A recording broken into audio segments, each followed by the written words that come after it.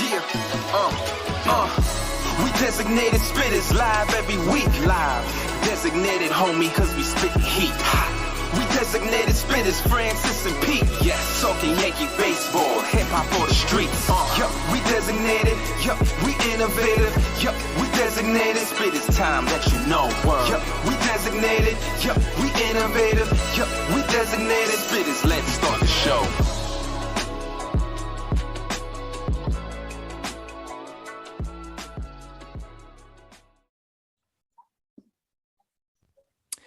Hey, everybody, what is going on? Pete Simonetti here for Designated Spittaz. Francis may be joining us. He's a little busy, but of course, we got Ozzie Guillen Jr. here. Ozzie, how's it going, my friend? What's up, guys? Always a pleasure. Honored to be on the show. So, Ozzie, I want everybody out there to get to know you a little more today because, you know, we've had you on here before for one of our roundtables and we talked Yankee baseball. But we want to get a little more background. Can you tell us a little bit about the Being Guillen podcast and what your father and your brother are doing? Yeah, well, so the Being Guillen is the Guillen dinner table with a video camera. Now we just have intros and outs, but it's just the Guillen family talking baseball. You know, we grew up in the game. We've had different roles in the game. I broadcasted in Spanish for 6 years for the White Sox. I did scouting.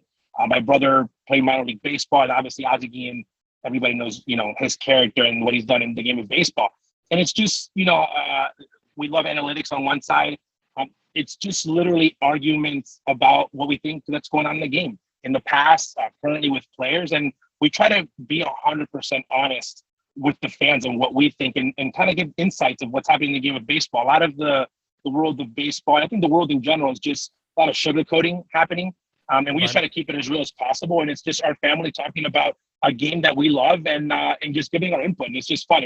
We talk all Major League Baseball, obviously, and then obviously what's going on in the day-to-day. And a lot of stories, a lot of time for Ozzie to talk about stories about his career in baseball and us in general. You know, we've been with him every step of the way, especially during his years as a manager.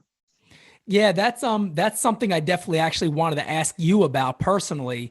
When it comes to these stories, we probably know, you've been around your father, obviously, and I'm sure Ozzie, we've actually seen some of his stories play out through the media, right? And we've seen that happen often. And everybody who watches this show knows we talked about Ozzie on episode 2 when he was talking about Josh Donaldson, and we were cracking up about it because he's just a great character. But for you personally, what has been some of those moments for you? What is a great memory around baseball players that you personally have? A lot of them I can't talk about. You know, I was in my 20s when Ozzie was the manager. I'm actually from the Yankee fandom. I have a lot of great Jason Giambi stories. It's actually funny. The night that I met my wife, I was with Jason at the time. He was in Chicago on visiting the team. That's how long I've been with my wife. Jason was actually playing baseball. But I think a really good story, especially right now with the 500 home runs coming up with Miguel Cabrera and the chase. Right. I shared a picture the other day on Twitter about me and Miguel. I was a bat boy. Miguel had just been called up. Even though we're 1 year apart, I was a bat boy, freshman in college. And I was there for his first home run and his first hit. And I was his bat boy. And I've been able to see his whole career. And that's something that I would have never been able to be a part of, you know, unless, you know, the upbringing and the being involved in the game of baseball. So I've seen a lot of things happen in the game. You know, at one point, you know, I was in a stadium, you know, 95% of my time. All my teens and my 20s, I was in a field in some type of capacity. But I've got great memories. I think that my favorite thing in the game of baseball, obviously other than the money that my father was able to make, is the memories. I think that the memories of being able to, you know, go to Yankee Stadium and take batting practice, you know, pre-BP, just to say that I was there, or shagging balls at Yankee Stadium in a World Series, 2 of them actually, Braves and the Marlins. So I think that those things, even if Ozzie became a manager again, I can't be a 37-year-old guy, bad boy, unless I'm the guy from the Red Sox. I've seen that old bad boy guy, which is awesome. But I think all those experiences have made me who I am. And then it went from being a kid to then I went into the broadcast booth, did games in Spanish. So I got a lot of great memories, but the friendships is definitely the number one thing I take with. Yeah, no, that's definitely awesome. And I actually hear you bring up a guy like Miguel Cabrera. And like you said, he's about to get number 500. And just a storied, great career. I was actually tuning in to Being Guillen the other day, and I heard your father talk about when he went into a room and they were basically like, Miguel's going to be the next shortstop. And Ozzie's like, no, come on. You ever see how this guy looks right now? He's a baby and he's going to get bigger. He's not going to play short. And I bring that up because I don't know if you know much about the young Yankee prospect, Jason Dominguez out of the Dominican Republic, but he's one of the top prospects in the game. And I talked to an advanced scout recently who told me the same thing. They said, if the Yankees ever feel like this kid is going to play center, there's no way, because he's already 18. He's built like an absolute tank. Guys get bigger. They got to move positions. Your father was obviously right about Miguel Cabrera when it comes to that. Did they ever expect, and I know it's hard to project this, that Miguel Cabrera would be where he is right now, looking at 500, first ballot Hall of Famer? Was there just something about him besides just being a great hitter that he would eventually be this level of ball player? I think so. I think that they never doubted him as a hitter. I think that when you project, obviously you wanted him to be a shortstop, but I think that to generate his power, he had to get bigger. And I think sometimes, when general managers are making moves, they want to obviously keep the player in the position that he's in. I've always said this: if you can play center, you can play short, you can pretty much be moved around, and the bat's going to do your talking. Again, Jim Thome was drafted as a shortstop, never played a day in short. Right. Sometimes, general managers, think that they know a little bit more than they do. And that's just a part of the game, because obviously they got their projections and you got to respect that. But, at the time, the Marlins weren't big fans of Alex Gonzalez. Okay. If the Yankees have Andrew Jones in center field, they're going to say, no, Dominguez can't play center eventually, because they want the fans to say, well, what about this guy that we have in center? So right now they're saying, well, Dominguez can play center field because the Yankees don't have a center fielder at the moment for the future. So I think that it's all based on like what you have in the big leagues. But I think that when you're a big league player of that caliber, you'll find a place for him to play. And I've seen this kid. He's way more developed for his age than most guys are.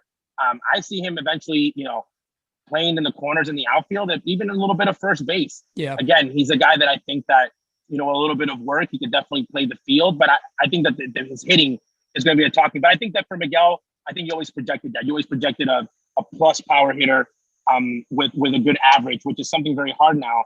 The different era, guys are just projected to hit bombs. Yeah. And I think Miguel might have had more home runs had he been that type of hitter. He was just a guy that also hit for average. And that was always his thing, get a base hit to right field.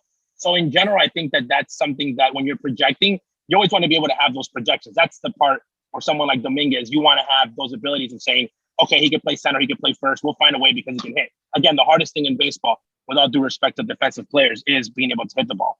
Yeah, definitely. And I remember when Cabrera came up and he hit that big homer off of Roger Clemens against the Yankees. I remember that like it was yesterday. And that's a funny story about that. Really? You have something on that? Yeah, I do. So Roger Clemens is probably one of the most intimidating best pitchers in the game of baseball, no matter what anybody says. Yep. And Ozzie was very used to Roger, faced him a lot. And in that team meeting, that hitters meeting, Ozzie and the hitting coach said, Miguel, Roger's going to come at you. Okay. First pitch is going to be as aggressive as possible. He's going to try to intimidate you. You're hitting fourth, you're first in the big, first big league playoff. He's going to throw inside at you, and then he's going to try to get you out away. Miguel Cabrera, first, Roger comes in, first pitch, high up and in. Okay. Then they start battling, and then when he had to go get him out, outside pitch, and Miguel takes some oppo. So those things are the things that, obviously, from a coaching side, I mean, you saw Miguel's development of being able to stay that focused and calm. Yep. That you're facing Roger Clemens, you didn't let the moment catch to you. You know what is happening. You're still making the most of it. Most guys would have just probably grounded out to second base or a pop-up because you know what's happening. But he was just that guy. And when you saw him be able to do that, Miguel in the World Series, you're facing literally at that moment Hall of Famers. So I think that that's his development.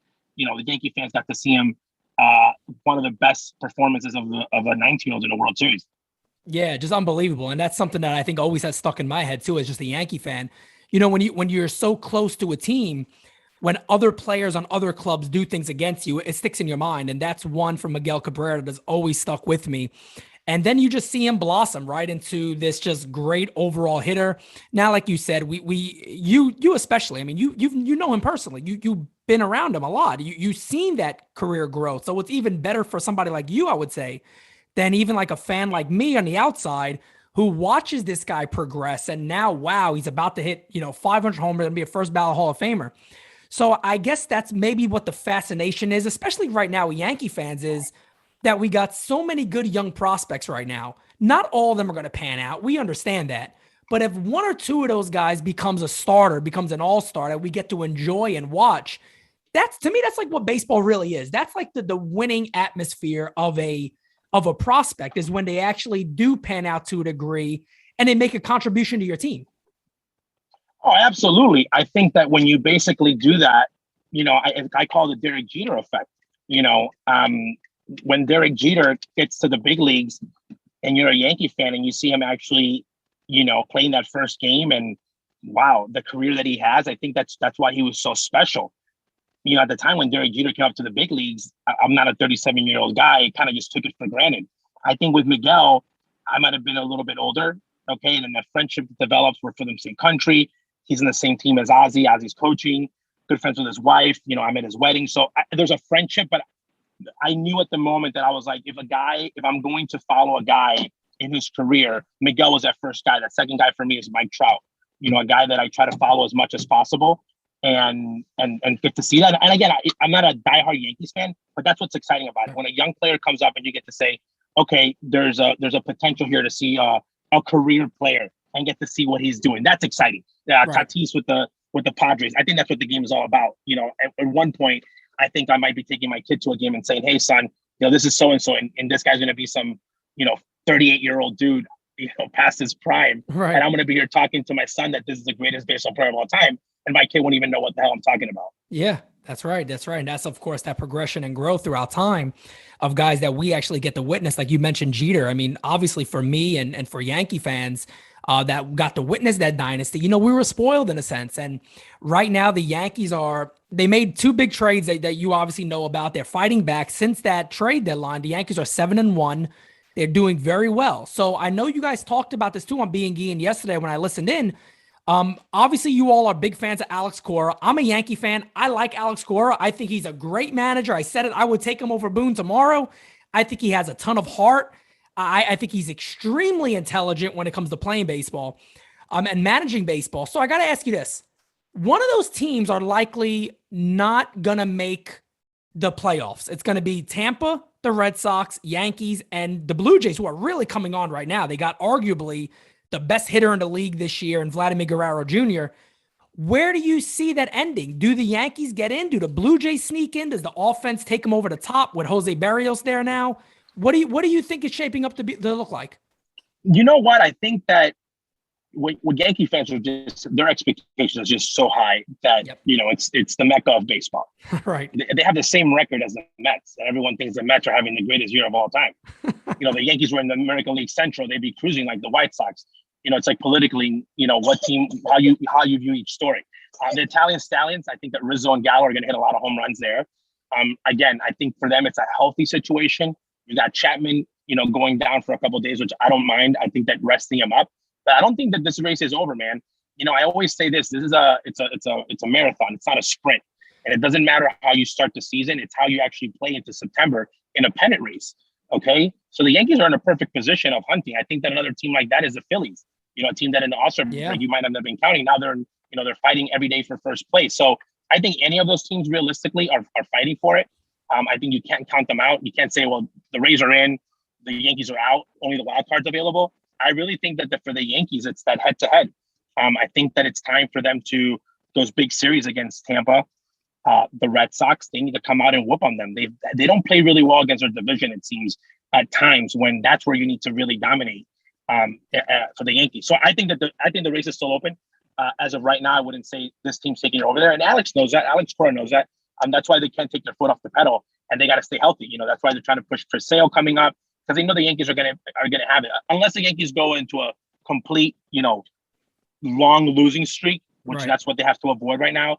Those 5-6 game losing streaks, and just kind of keep, let's win the series and stay within catching distance, meaning you can see your hunt. Then when you play head to head, then you got to deliver on them. They need to. When you used to go to Yankee Stadium, okay, and you had a 4-game series, a 3-game series, you were like, I hope I don't get swept. Okay. And that's the attitude that when you're at home, that when they come play in New York, that they know that it's going to be on. Toronto can just come in there and cruise and take 2 out of 3, and Boston the same way. And that's the home field advantage that the Yankees had for so many years. They need to bring that back, but they're in it. They got the guys that needed to get. Now they got to stay healthy. And and swing and keep grinding it. It's not going to be easy. It's going to be, I think it goes down to the wire. Yeah, I definitely think it does too. I agree with you on that. It's going to be a hard-fought division. It's the best division in baseball, if you ask me, the American League East. They got 4 really good teams. The Red Sox are on a bit of a skid, so they've lost, I think, 5 or 6 or 7 in a row now. I know Alex Cora basically came out and just, went at his team towards the media. And I tell you what, I love stuff like that. I love it when a manager can just sit there and go, we got to play better. We're obviously not doing what we're doing. Guys are not doing this. Guys are not doing that.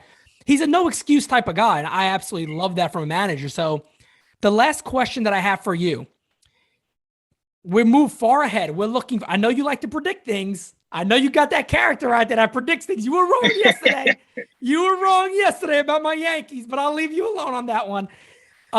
Looking far ahead, we're going all the way out there. We got the American League East, the American League West, and the Central.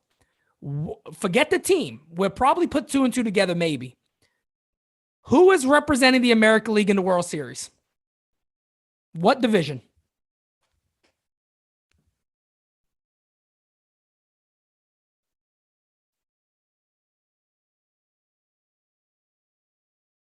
They have an easier path into that game.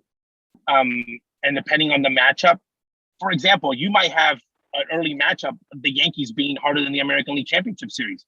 And I just think the Astros have a wide open, same thing with the White Sox. But again, I think that the White Sox are going to hate me for this. I think in a playoff situation, with the way they've been playing, I don't think that they've been playing playoff baseball.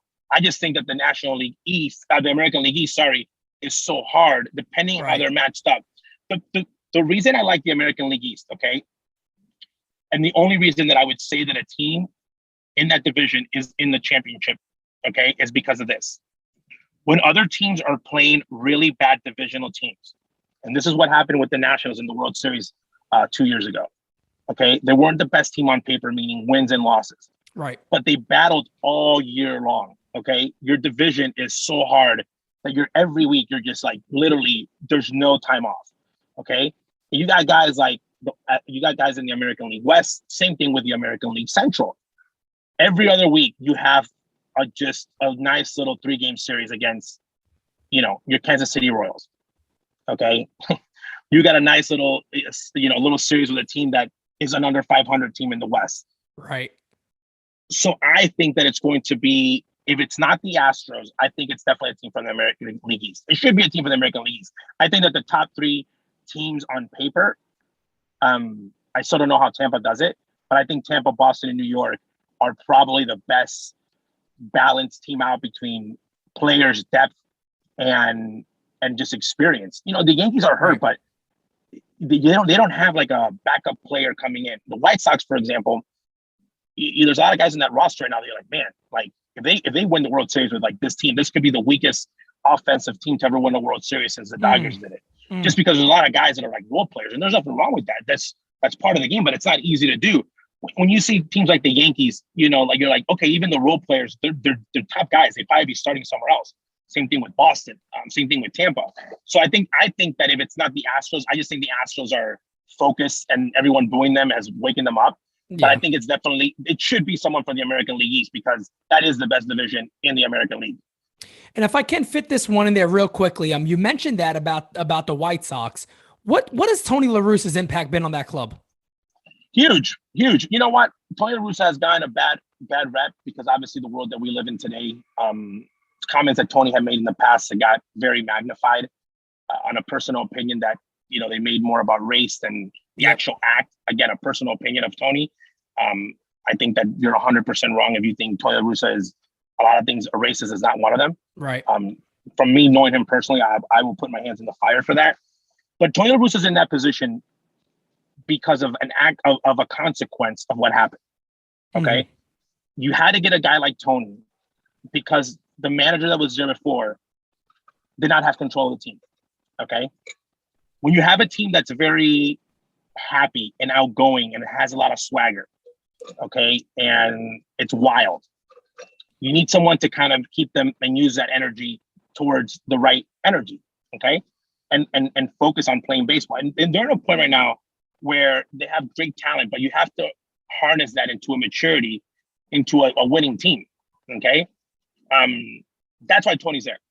Okay. He's there to, if they don't win it this year and Tony decides to step away, he's had him a little bit closer to them winning a World Series and those core players getting that experience. You know, when Ozzie became a manager in 2004, a lot of people in Chicago did not give the credit that was due to Jerry Manuel. There's no 2005 White Sox without Jerry Manuel. Yes, we traded a lot of key players, but Jerry Manuel got guys like Mark Burley, John Garland, to that point of like, he had to kind of do kind of the hard part of getting them to get better and experience and kind of deal with those losses. That's what Rick Renteria did. And now Tony's taking them to the next level. And I think Tony's brought that, you know, that new feel of playing baseball. You know, a lot of guys get caught up, especially the guys that are coming up in the systems now. Like they get an out and like, how hard did I hit that ball? You're out.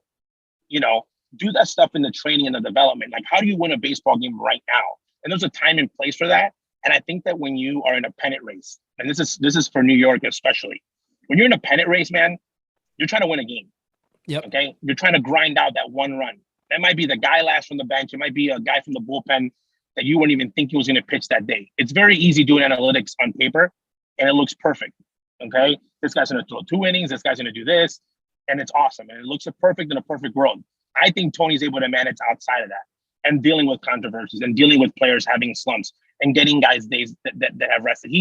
He's basically representing a world of baseball where a lot of fans think that it has no place in the game anymore. Right. And I still think that it's a very human sport. And, you know, Tony was using numbers before he got the analytics. So I think people give him a bad rep because of things that happened in the past. But I think when you're a manager, man, this is not football. You're not calling plays. It's all about relationships and how hard you can get someone to go out there and play for you. You know, I seen Ozzie, for example, at one point, the city of Chicago hated him and the media, but his players loved him. And that's all he cared about. Yeah. And I think that's what Tony is. I think that if Tony's such a winner in that sense that if he realizes that the players need to have somebody to hate and that person needs to be him, he'll be okay with that. He can go to sleep at night and say, at least I know that my players are pulling from the same rope. That's where I think he brings into the game. And I think he's done an amazing job because he has a lot of injuries to deal with. And I think he's been able to keep him in the fight. And I think that he's done his job. And again, I always say this, you know, we've seen Booney go down with the heart situation. We've seen Dave Martinez 2 years ago. My father was a manager, very luckily, knock on wood. He never had issues with his health that made him, you know, sit around out for a bunch of time. We saw Terry Francona again. Being a manager in Major League Baseball, man, it's a very stressful job. Okay? Right. It's a young man's position, meaning you're there very early, you stay very late, stress is very high, the pressure is very big. And Tony's doing it at an age where I would be, you know, I'm hoping that I'm sitting in the Bahamas, you know, having a cocktail with my wife and around my grandkids. This guy's in the field every single day. So I think that in general, I think that's just so hard. So I give him props for that. Not a lot of guys his age are willing to do that job. And he wants that ring. And again, how can you not admire a guy that is in the Hall of Fame, has nothing to gain other than another championship, but everything to lose because he could be embarrassed. And he's out there doing it again. That I got to tip my cap to. Yeah, I think he's great. I think he's done a terrific job. As we got Francis here. Francis, you're joining us. Yeah, man, I finally made it live from Cincinnati. Live from Cincinnati. Hey, the fans may not like that hat too much. I know. I had to throw it on though. When I got to the hotel, they had him at the front desk. I was like, you know what? I'm gonna rep it. I'm going to the game tomorrow too. So beautiful stadium. Yeah, it's gonna be my first time there. I got tickets to the Scouts box. Awesome. Yeah. So How you doing, Ozzie? How's it going? I'm doing good. Enjoying baseball. We're getting down to the nitty gritty. Every game counts. Just staying here. Crosstown Classics happening in Chicago. They got hard series coming up with the teams that I think are playoff matchups, and I love seeing that. I love seeing we're just getting past, like, for example, the Giants Brewers. For me, it was the first test to see the Giants play against a team that's very, very good in Milwaukee. So it gives you a little taste of kind of like a pre-elimination of what's the playoff going to look like. And again, this is where the boys are separated from the men, is the September run. This is where it gets really hard. August to September. How do you stay driven for the guys that are in the playoff race and for teams that are out of it? You know, how do you keep producing when you know you're going to lose? Yeah, no, it's big. It's big. You're right. We got a lot of big series going on right now. The Yankees playing Seattle right now. It's a pretty big series for us also. We just tied it up 4-4, down 4-1. We just tied it up 4-4 as we're speaking right now. Big. That's big. So the Yankees are bouncing back. I asked a couple of questions already to Ozzie, Francis, so just to catch you up if you got some questions for him. Yeah. He believes the Astros could go to the championship. If not the Astros, it'll be somebody from the East. But other than that, we've talked about a few things about the Being Guillen podcast. Some stories about his father himself in baseball, Miguel Cabrera's rise through baseball, the homer off of Clemens we talked about in the playoffs. So if you have anything for him, please shoot. Oh, yeah. I'll jump right in. What do you think is going on with the Chicago White Sox? Like you already said, you see maybe Houston, if not them, somebody from the East. Where do you put the White Sox in that mix? Do you think that they're like going to be real contenders down the stretch, or? They are, but I think that when you look at the history of the division, okay, Minnesota, the easiest team the Yankees have ever faced in the playoffs, they own them. Right. Okay. Right. And I think that a lot has to do with it that Minnesota won a division with no rivalry. Okay. They literally, the last year was maybe the closest year they've ever had someone run after them. I think that when you're strolling into the playoffs, it is a great thing because you're guaranteed a spot, but you have to find a way to keep it hot, okay, and compete in the playoffs. So it may be in 3 weeks I'll think differently, but we had a game yesterday here in Chicago in the crosstown where you have a 4-1 run lead, and Keg Trimble gives it up and the game's tied. Okay, obviously the Cubs don't have enough firepower to kind of close it out. But if you do that against the Yankees in the playoffs, you're done. You know what I mean? So those are the things that I think that maturity-wise, players have to I think for them now, the way that I view it, you can win, but I'm judging every win, like how good of a baseball game did you play? Okay? Even if you lose, how good of a baseball game did you play? Were you supposed to lose that game or did you give that game away? So I think when I'm talking about that in the maturity level, there's been one thing about the White Sox that no one's realized yet. It's very hard to do in baseball, especially in a year where there's been so many injuries, okay? The White Sox have had injuries all to their position players, yes.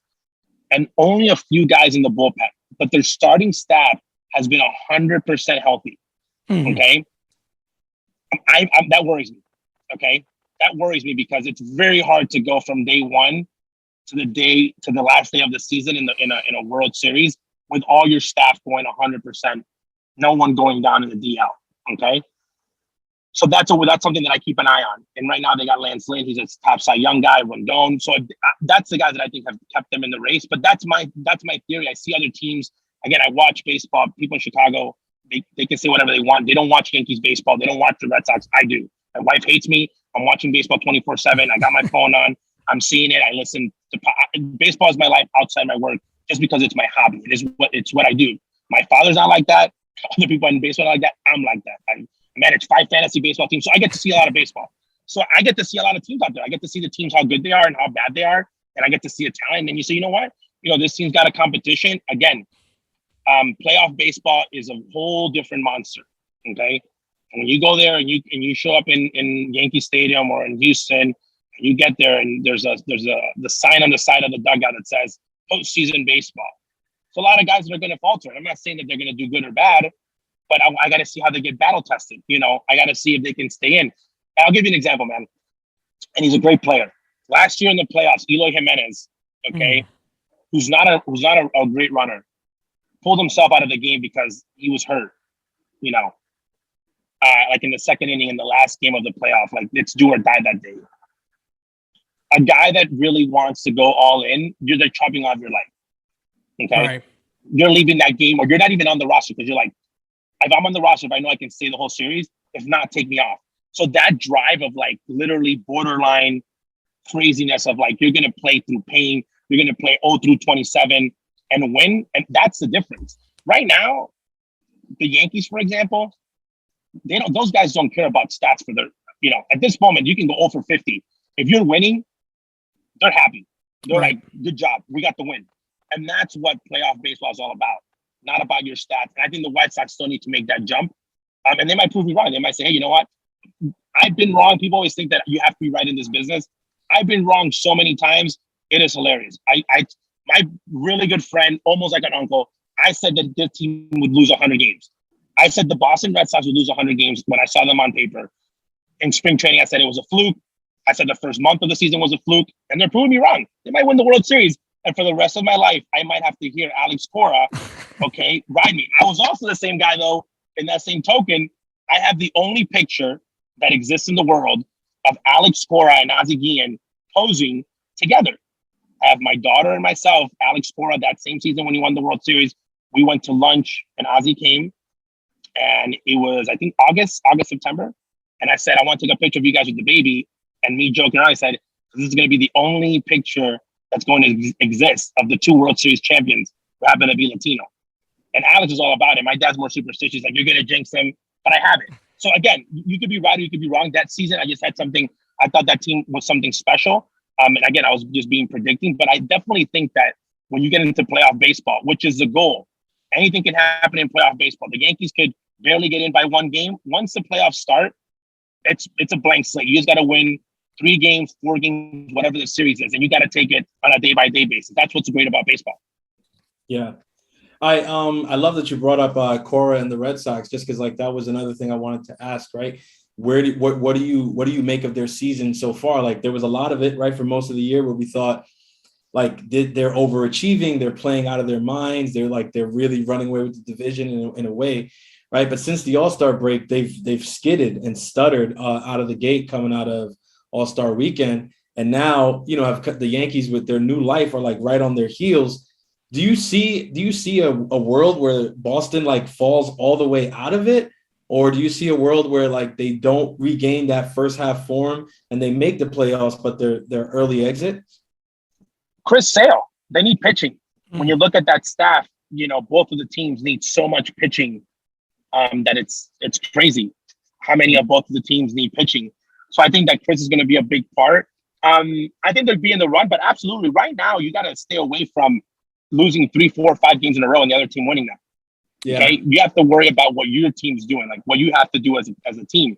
So that's why Alex Cora, people were saying, why is Alex snapping so early? He knows what's at stake. He knows that you can go to Yankee Stadium and get swept 3 games and down, 3 games, or they can come to Boston and get you, especially in a division where it's really hard. And then you got Baltimore that hasn't been playing horrible baseball, so nothing's guaranteed, and he knows that. And I think that you get hot, and again, it's a marathon, so you can have the best first half of baseball and then blow it all up in the second half. I think that Boston is not a guarantee. The only team that's guaranteed today in the playoffs is the Chicago White Sox. Other than 1994 strike happening, or the season ended because of COVID or something crazy outside of like the control of Major League Baseball, the White Sox are in the playoffs. And again, I don't even have as a favorite, but that's the only team that I have at 100% in.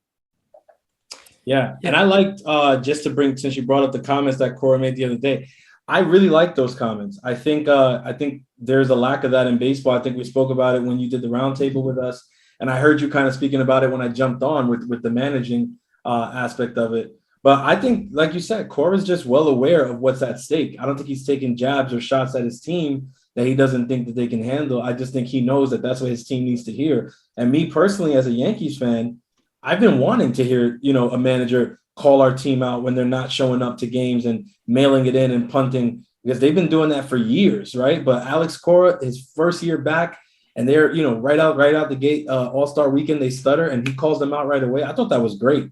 Honestly, I think Alex is like that because obviously the situation that he was in, when they take away the game from you, you think that time is not there forever. Okay.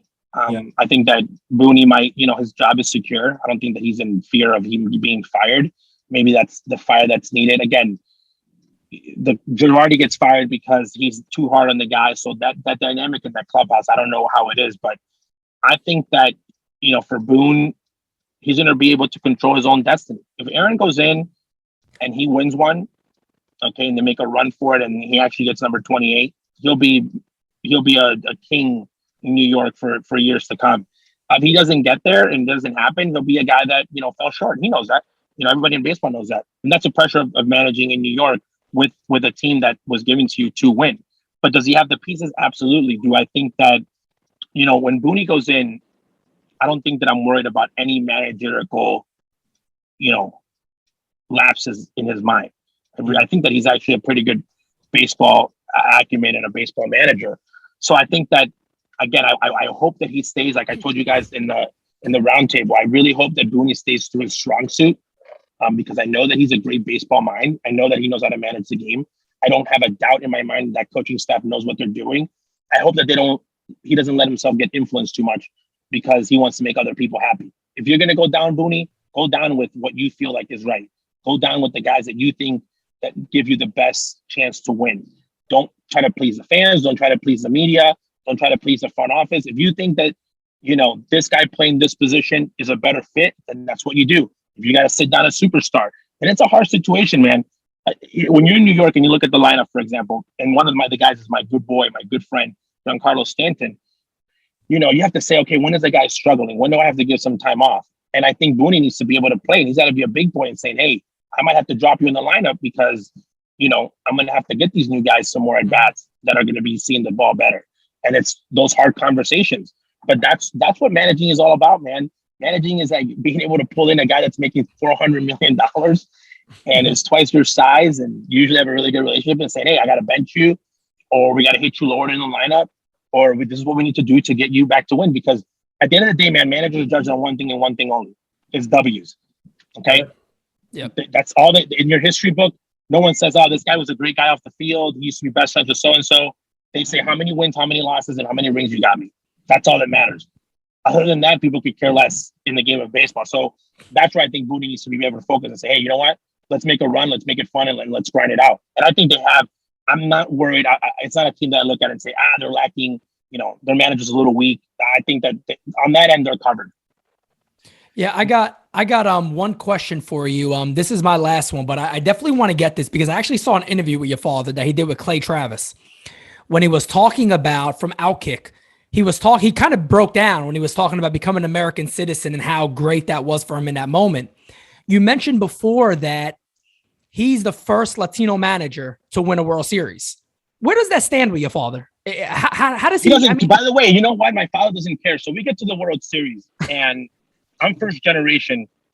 Okay, my parents were in the process for like 2-3 years. It's really funny because my mom actually studied for the test.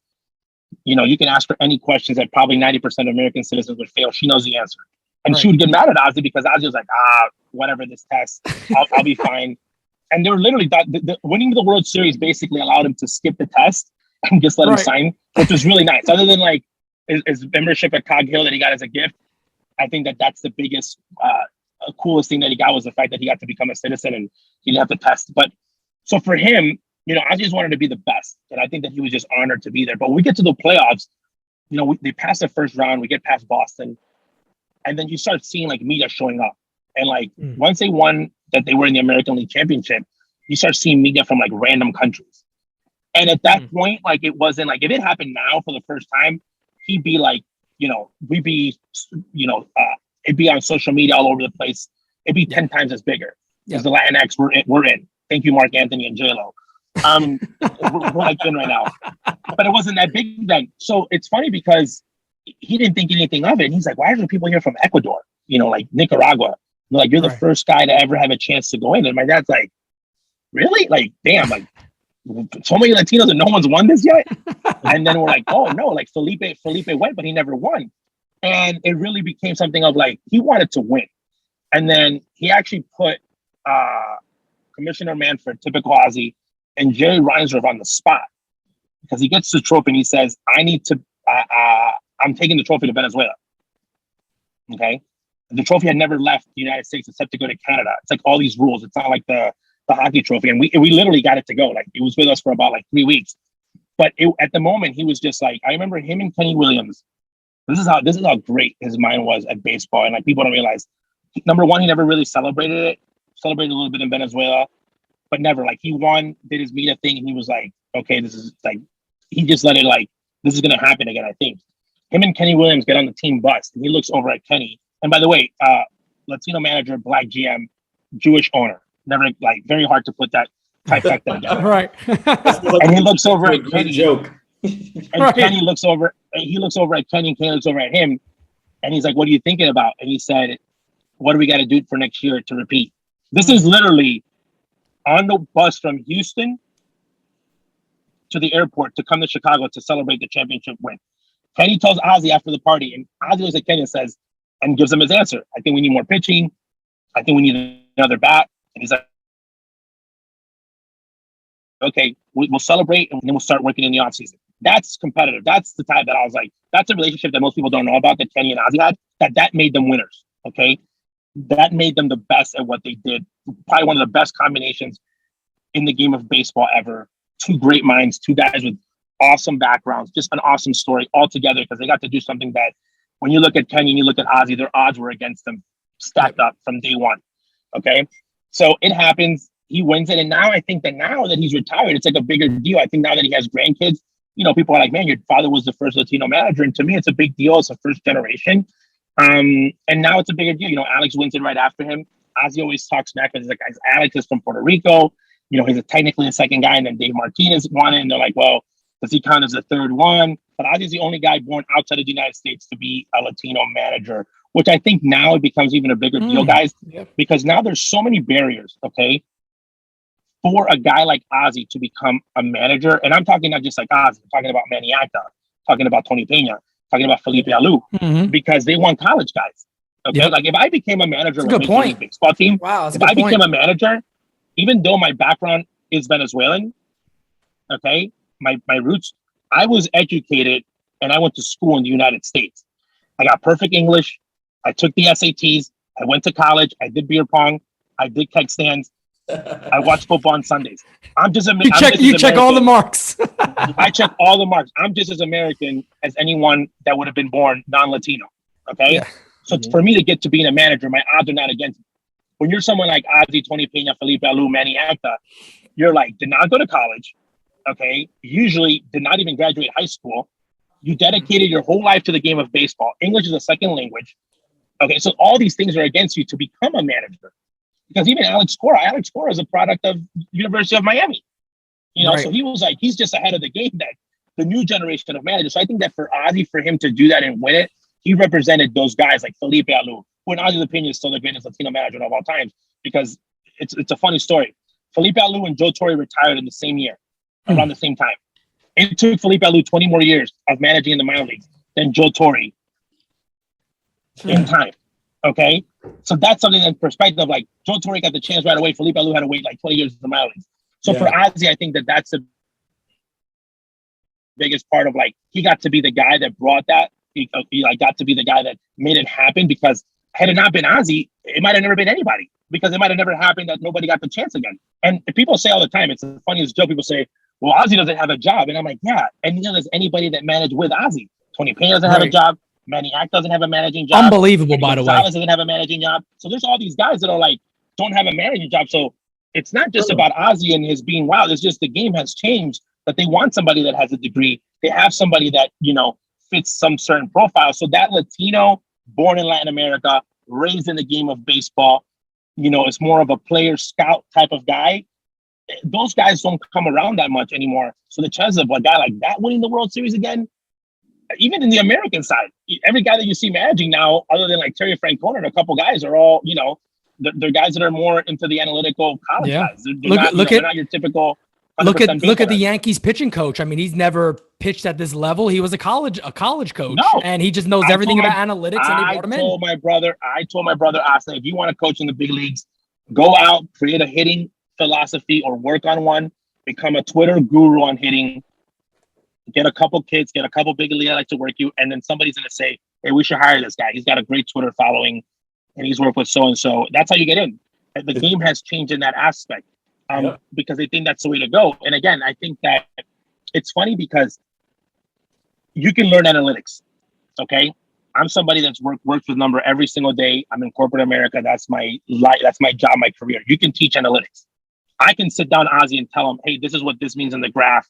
This is what the numbers are representing, and kind of teach them and walk them through it. It might take them a little bit longer because, you know, English is a second language. Obviously, it's numbers. My job as a front office is to make him understand it. Okay, like I'll give you bigger cue cards and have him help me in my baseball mind how to make better data. Here's the difference: getting the information that somebody like Tony Pena, Ozzie Guillen, Manny Acta, Felipe Alou have in their brains, and another 1,000 coaches like that. A kid that's doing analytics can't learn that overnight. Yeah. A scout that's been scouting for 60 years, you cannot just wake up and say, oh, well, you know, I just learned it. Absolutely not. I don't care what anybody says. That feel for the game, being there, seeing guys, seeing things, being able to live that in there, That's not easy. You can't teach that. And that's where I think that guys like, right now, Dusty Baker become extremely dangerous. Guys like Tony La Russa, because it's like, man, they got 100 years of baseball combined in them. And they got an analytical department. That's why I thought Booney was going to be such a great pick for Alex Cora, because it's guys that live the game, are the game, know the game. And you're gonna give them like an extra weapon of like numbers. That's just you're making it a super manager. But it hasn't been the case. Guys are playing more safely. Guys are moving. I'll give you an example. Gabe Kapler for 2 years in Philadelphia didn't work out. He was 100% analytical. He wanted to do everything by the book. Goes to the Giants. They basically threw all that stuff away. Okay, and now he's being successful. Yeah. So you have to have a balance. But I think what Ozzie did, though, I think it means a lot. Number one, for the American dream, and that's why Ozzie loves it, because baseball. People think that my family just started playing baseball with Ozzie. I think we're like 5 generations deep. Nobody had made it to Ozzie. Like my grandfather, played on the team for his company, and he got paid for that company because he played baseball. And my uncles did the same thing. And it's, Ozzie was the first guy that got to, get to come to the United States and play in an era of baseball where guys migrated, and guys got the chance to play in the United States, and you got a chance to make money. If not, Ozzie would have been 30 years before, he would have just stayed playing in Venezuela. Hopefully a company team would get you and you make enough of a living to raise a family. Now he gets to come to the United States, gets to become, do things beyond his wildest dreams, changing, his kids' lives, his family members' lives. And that's all I don't care what people think about it. They might think one way, obviously, because of politics, but it's all because of the United States. For better or for worse, it's because of this country. And that's how he sees it. So he loves it. And that's why people, they take it off the wrong way. He has, nothing's perfect. And we know that, but he's very grateful of like, this would have not been able to happen, unless I came to play baseball in the United States. And for that, he's grateful. Yeah. Yeah. Oh, I mean, listen, I don't have any more questions. But one thing I will say is, I truly appreciate, what your dad brought to the game, what your dad did for the game and continues to do for the game, just being a spokesperson and being outspoken and not being afraid to say things how it is. I mean, we need more guys like that. We say this all the time. I know at this point, we probably sound like a broken record, but we're going to just keep saying it until it becomes a reality, man. Baseball needs guys like Ozzie. They need guys like Alex Cora even. And I know he's a Red Sox guy, but we need guys like that. We need guys like that. Tony La Russa. Yeah, Tony La Russa. Even Francona. People are like, oh, Franco, he's older and whatever, and his team's not good right now. That's not all his fault. He's still a hell of a freaking manager. And I don't think we should be pushing these guys out for the pencil pushers who are coming from Ivy League schools because they speak numbers. I think we should collaborate with them. I think you have the perfect idea about collaboration. I think that's what it's all about. I think the reason that Gabe Kapler is finally finding success in San Francisco is because he has a team of older guys who know baseball. So they balance out his analytical mind. With the Yanks, I think we struggle. Why? Because it's all analytics and our players are still kind of in that middling young age where they kind of do, either crazy things that they shouldn't be doing, but they don't listen to the coaching because it's so analytical driven and they find themselves in no man's land. Whereas a team like San Francisco has this perfect balance and it's bearing fruit. So I just want to say, man, me being a, Dominican, Puerto Rican, first generation here in this country too, of course, Ozzie was big, for us growing up or whatever, the first Latin manager to win this whole thing. Baseball's everything in the Caribbean. Baseball's everything. It's like, it's everything. So to have ourselves represented in a stand-up guy like that has always been a huge thing. And that's why I got so much love for him. And I'm a huge fan. And like I said, we need more guys like him in the game. We shouldn't be pushing them out. You know what? We do, because at the end of the day, the guys are going to be, baseball is in a danger right now. And I say it because right now Latinos are about 42%. Yep. Okay. And while they're teaching all the kids here in the United States to do launch and go and focus to just do one thing, guys in the Caribbean are just playing old school baseball. Okay. And they're learning it really well. And that's the way to get out. So I think that's where I think that we need to go back, and every other industry takes what older people say as a wisdom, and you cherish your elders. In baseball now, we've gone a different way. We want to put them out, take out these old guys, and it's not like that. And you know what? Ozzie gets that, and he respects that. Like, if you want to see Ozzie nervous or proud in a room, put him in a room with a guy that played before him. Put him in a room with Felipe Alou. Ozzie, and before we go, Ozzie had a thing. So in Kansas City, every person that goes to Kansas City needs to go to the Negro League Museum. Okay. And the Negro League Museum, you need to go because it is literally when the game of baseball changes in our world. Okay. Because the Negro League has been giving the word, obviously, Negro, but they don't explain that no one that was, other than being a Caucasian player, you were not allowed to step foot in the Major League Baseball. Okay, that's what segregation was. Obviously, Black people were like the majority. They kind of like took the flag, but it's also Latinos. Okay, so Ozzie had a thing that when he would go in, every time we went to Kansas City, he made sure that the first time he went as a manager, he took us. And every single time, and I'll tell you, I was hungover a lot of those mornings. Every time we went to Kansas City, we would go to the Negro League Museum, and then we would have lunch. And him and Kenny Williams, they got to a point that they would make it a team field trip. They picked one day of the year, the 3 times they went there, and they'd make players go. Okay, for the American players to understand, okay, meaning the Caucasian players, of how lucky we were, how much the game has grown, and for the Latino players to know what you were playing for, and the African American players, meaning like, we're very lucky that we're here, and we're here because of sacrifices that guys made, okay, having this other league and teaching the now Major League Baseball how to become one. Without this league, we don't exist. So we're lucky that we're playing. So Ozzie's a type of guy that everyone hears about most of the crazy stories, but he's that guy that he's like, this would have never happened had these guys not sacrificed this. Yep. So he's always about paying it forward. And I guess that's because, he was a union guy with Major League Baseball. He went through 2 strikes. He gets it. He gets that. Ozzie played in a time, man, where baseball changed. Ozzie played in a time, like I hear stories like he had a roommate like for the first 3 years in the big leagues. Like he'd go on a road and they stayed a Holiday Inn and he was sharing a room with another teammate, with another player. That to me is like mind-boggling. Like no one shares rooms in big league baseball. Right. Like no one's staying at a Holiday Inn. So like to see all that growth, and right now he's got a project, man. He really wants to force teams to provide housing for minor league players. Latinos, African American, Caucasians, because you got guys struggling, feeling like they can't play, can't focus because you can't even pay your rent. Okay, you're not even focusing on baseball, so he's working on things. So like, how do you make that better? And people's like, oh, we'll pay him higher wages. That's one thing, but like, how can a player be living in somebody's garage when they're playing AA baseball? And those are things that Ozzie, people don't listen.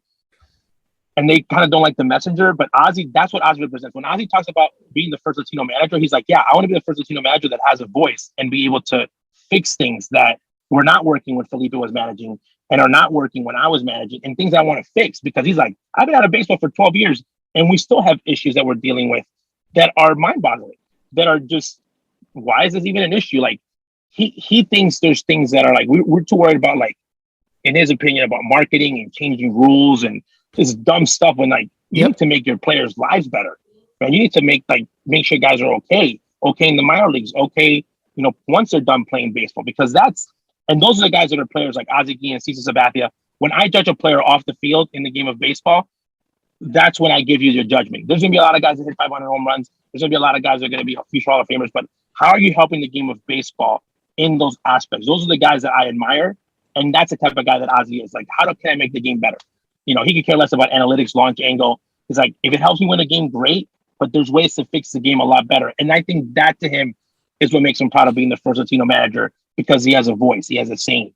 And again, Ozzie's like from a world, man, that if Ozzie was me, he might be doing speeches in, across university. Ozzie's just Ozzie. He's Ozzie, the street guy with a uniform at the end of the day. But it works for him.